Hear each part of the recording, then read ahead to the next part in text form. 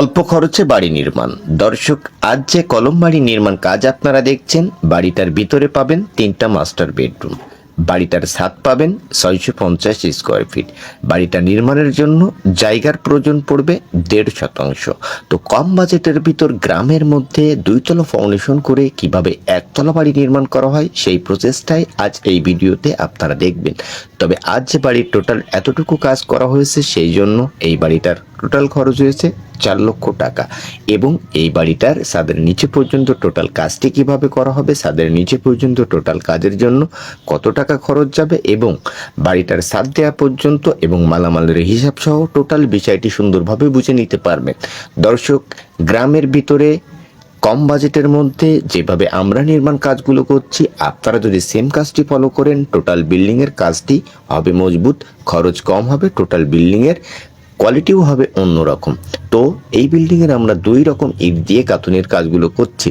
সামনের যে ইটগুলো দেখছেন সেই ইটের মূল্য 2000, ইটের মূল্য মাত্র 22,000 টাকা এবং এই সাইডের যে ইটটা দেখছেন এই ইটের মূল্য 23,000 টাকা। দর্শক, সামনের যে ইট আছে সেই ইটের গাঁথুনি করলে, প্লাস্টার না করলেও বিল্ডিংয়ের গাঁথুনিগুলো অনেক সুন্দর দেখায়। আপনারা সামনের ওই ইটটাও ইউজ করে বিল্ডিংয়ের গাঁথুনি করতে পারেন, যেভাবে আমরা বিল্ডিংয়ের গাঁথুনিগুলো করছি। দর্শক, বিমের উপর থেকে এই বাড়িটার টোটাল যে কাজগুলো করা হবে সে প্রসেসটা জানবেন এবং আরও যে বিষয়গুলো খেয়াল করবেন যে এখানে কোথায় কিভাবে বাড়িটার ভীম করা হয়েছে, বিমের নিচে গাঁথনি কিভাবে করা হয়েছে এবং ফাউন্ডেশন কাজ থেকে কিভাবে খরচ কমানো সম্ভব। ভিডিওটি দেখতে থাকুন, তাহলে কিছু তথ্য বা আইডিয়া নিতে পারবেন। দর্শক, এই বাড়িটার টোটাল নির্মাণ কাজ চলছে 6টি কলমের উপর। তবে আপনারা যদি বাড়িটা নির্মাণ করতে চান, আপনাদের কলমের প্রয়োজন পড়বে 9টা, সামনের দিকেও 3টা আরসিসি প্লানের প্রয়োজন পড়বে। তো এই বাড়িটার প্রত্যেকটা ব্যাস কাটা হয়েছে 5 ফিট বাই 5 ফিট করে, মিডিল পয়েন্টের 3টা এবং পিছনের 3টা কাটা হয়েছে 4 ফিট বাই 4 ফিট করে। দর্শক, বিমের উপর থেকে 7 ফিট গাঁথনি করে লিন্টন দেওয়া হবে এবং ব্যাসটি ঢালাই দেওয়া হয়েছে 12 ইঞ্চি। ব্যাসের রড ইউজ করা হয়েছে 12 মিলি এবং প্রত্যেকটা কলমে রড দেওয়া হয়েছে 2টা 16 মিলি, 2টা 12 মিলি এবং 8 মিলি রডের রিং। বিষয়গুলো সুন্দরভাবে বুঝবেন এবং সামনের দিকের যে ভীম তার সাইজ রাখা হয়েছে 5 ইঞ্চি বাই 6 ইঞ্চি এবং আউটসাইডের বিমগুলো দেখে নিন, প্রত্যেকটা বিমের সাইজ 12 ইঞ্চি বাই 10 ইঞ্চি। বিমের রড ইউজ করা হয়েছে 12 মিলি রড ও 16 মিলি রড, মোট 6 পিস করে বিমের রড ইউজ করা হয়েছে। সামনে যে কাজগুলো করা হয়েছে মাটিটা অনেক ভালো, সেই ক্ষেত্রে সামনের বিমের জন্য আমরা মাটিটা কেটেছি 2.5 ফিট চওড়া, 2.5 ফিট গভীরতা। প্রতাপ মাটি পর্যন্ত গাঁথনি করা হয়েছে 10 ইঞ্চি, নিচে সিসি ঢালাই দেওয়া হয়েছে এবং তার উপরে 5 ইঞ্চির গাঁথনি করে বিমটা দেওয়া হয়েছে। সমস্ত কাজগুলো ফলো করবেন। দর্শক, বিল্ডিংয়ের টোটাল দৈর্ঘ্য 28 ফিট, প্রস্থ 23 ফিট।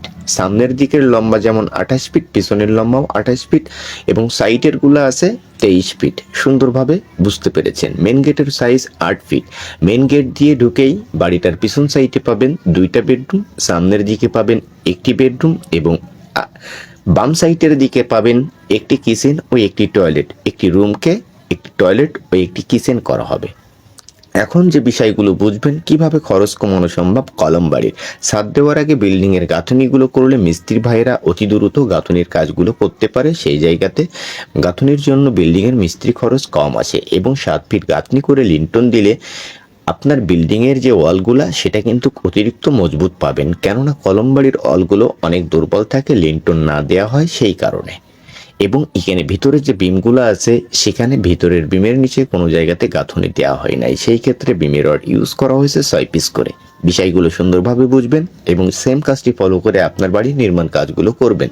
প্রত্যেকটা রুমের দরজা রাখা হয়েছে 41 ইঞ্চি করে এবং জানালার সাইজগুলো রাখা হচ্ছে 4 ফিট বাই 5 ফিট করে। সুন্দরভাবে দেখে নিয়েছেন। দর্শক, এই বাড়িটার এতটুকু কাজের জন্য আমাদের রডের প্রয়োজন পড়েছে মোট 1200 কেজি লিন্টন ও ছাদ দিতে খরচ যাবে ম্যাক্সিমাম 10 লক্ষ টাকা।